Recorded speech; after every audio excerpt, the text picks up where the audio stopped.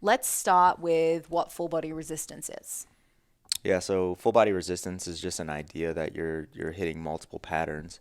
Upper and lower would mean full body. So if you're doing A1, A2, bench press squat, that's full body resistance. Now imagine you're doing A1, A2, B1, B2, C1, C2, and then now you put all six patterns across all of those supersets. That's also full body resistance. So it's just the idea of hitting multiple patterns in the upper and lower body in a single session. And for our audience and our coaches, we teach that inside of CCP as, the template that you're going to follow. Not template. Template was definitely the wrong word No, I there, think but that's right. It's like it's a templated idea. yeah, Yeah. yeah, It's like the templated split that it, you would use it to is make it a little easier for you. the daily plan that you will use for your novice clients. Yes, that's it. The daily plan there. So, on the other hand, GBC, what is it? All right, so GBC is, let's start with intention. So the intention behind GBC is to increase growth hormone through resistance training. The reason why you want to increase growth hormone through resistance training is to increase fat burning, right? Like fat loss Sure. capabilities, as well as increase the potential to develop muscle mass. So that's the whole goal around GBC. So it's creating the hormone in the body to equal those things. The name German body comp kind Yeah. of kind of gives that away, and hmm that was popularized by Poliquin, right? Yeah. So uh, when we look at the history of it, it was actually developed. The idea was developed in around the Cold War, and the idea was just what we talked about. It's like, can increasing HGH in the body equal blank, right? So that was like the whole idea. It's like, what happens when you increase this in the human body? And that's what it led to. It wasn't so much increasing muscle mass at that point. It was more increasing fat loss potential. So that was like around the Cold War, and then in the 1980s, it was actually studied in the United States and found to be true. So it was just a theory until it was studied, of course, and then Paula Quinn took those ideas, wrapped a name around it, and wrapped a system around eliciting more HGH in the body. So yeah, Paula Quinn popularized it in the 1990s. Okay. In terms of layout of what goes inside of GBC, you gave us what goes inside of FBR. Is it different on GBC? No, it's the same idea.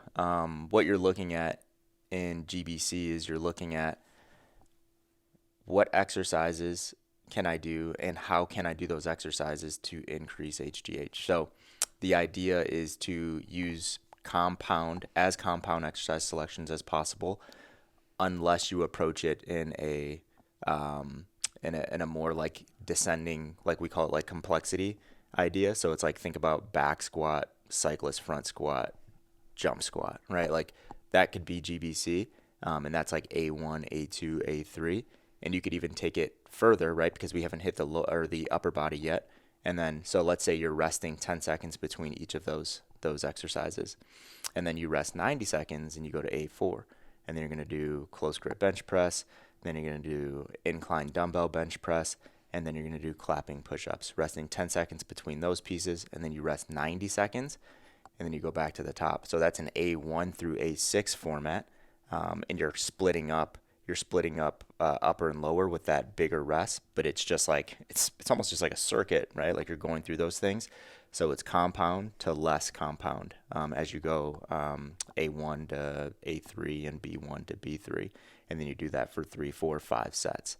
So that's one way to implement. Another way to implement is just a classic A1, A2, right? So like, let's say we went closed grip bench press and Romanian deadlift, and then we just do that. And the thing that you have to keep in mind is that you want rest time to be as low as possible, right? Because what's the goal is to create a bunch of lactate in the blood, and because that lactate is produced, HGH goes up. So the goal here isn't to get stronger, right? The goal here isn't to choose exercises and sets and reps that are going to end up after 8 weeks you being stronger. It's just to increase HGH in the blood. and then you would go and you would do a B1, B2 in a very similar format. Wouldn't recommend it, but you could also do a C1, C2. And if you're doing that more compound format, best practice is just to do one compound exercise per upper and per lower. Yeah, it's pretty exhausting Yeah. way to train. Hmm. Would you see people like, let's say, week to week progression reducing rest? Is Depends. Yeah, I Yeah. mean, yeah, that's one way to do it. You can change the exercise completely because remember, there's no real progression. The only progression is you want to lose some body fat. Yep.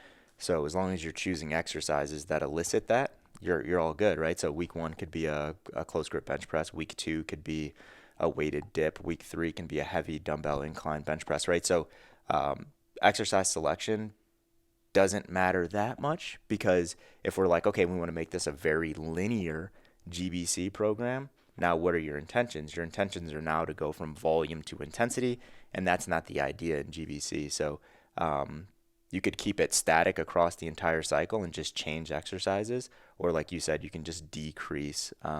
You can decrease rest times, or you can keep it static across in terms of like reps, sets. So intensity is the variable, but volume is the same, and try to add load over week. But I would just say, in practice, whatever elicits that response, do that. So there's no perfect progression that goes into that.